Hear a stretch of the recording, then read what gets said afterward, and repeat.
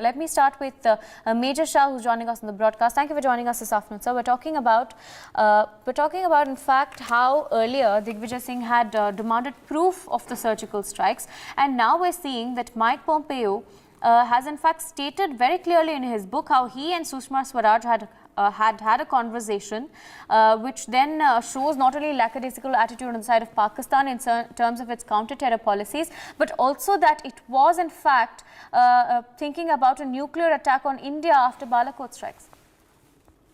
Right. The former US Secretary, in fact, he has said that he was working with the ambassador, then the National Security Advisor, John Bolton, and then he was in fact in Vietnam trying to resolve the North Korea and the US crisis. North Korea was misbehaving with their nuclear weapons, and as it is, that wasn't enough.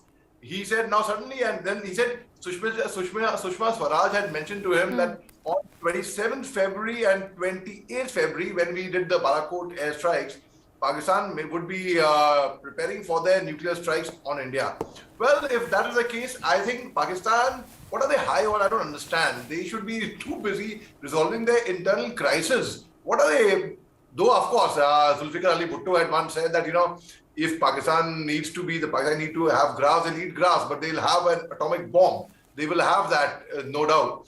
But then Pakistan should be focused on resolving their crisis. That means they don't care about humanity. They don't care about their janta, their awam. All they care about is peeping from a neighbor's window, what they are up to. Mike Pompeo, is his concerns should not be taken lightly. He mentioned that in his book. It is alarming, no doubt. At the same time, I do not think Pakistan would be having the guts to actually look at India, to try any stunt with India for that matter. They would not. And if at all they do, they are totally self-destructive as it is. They manufacture suicide bombers. They so if going by that logic, because if they go nuclear with India, they'll be the first ones to suffer actually.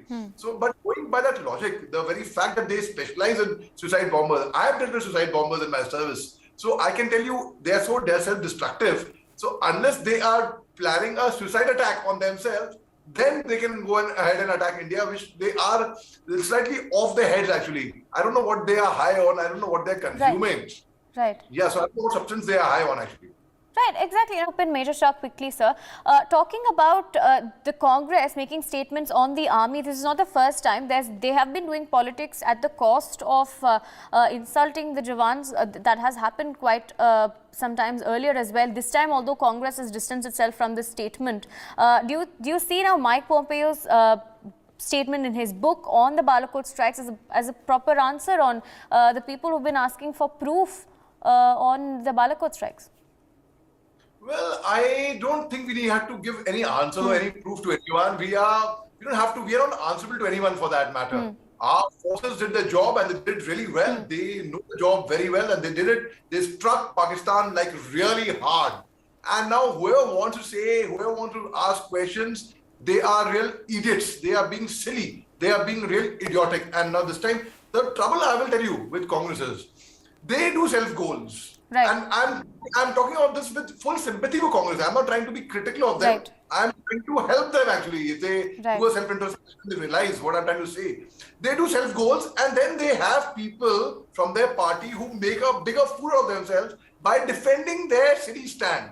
So that is the problem. If they understand that they are only becoming a laughing stock and they do not indulge in such kind of self-destructive tendencies, then I think they would be having a better standing then. But yes, this I would say it was a wise call that Rahul Gandhi distanced himself from the statement of Digvijay Singh. In fact, so the Congress party distanced itself from the statement, and no one should dare to even raise a finger on the integrity of our defense forces, because ultimately it is the defense forces who are going to be defending them, Aarti.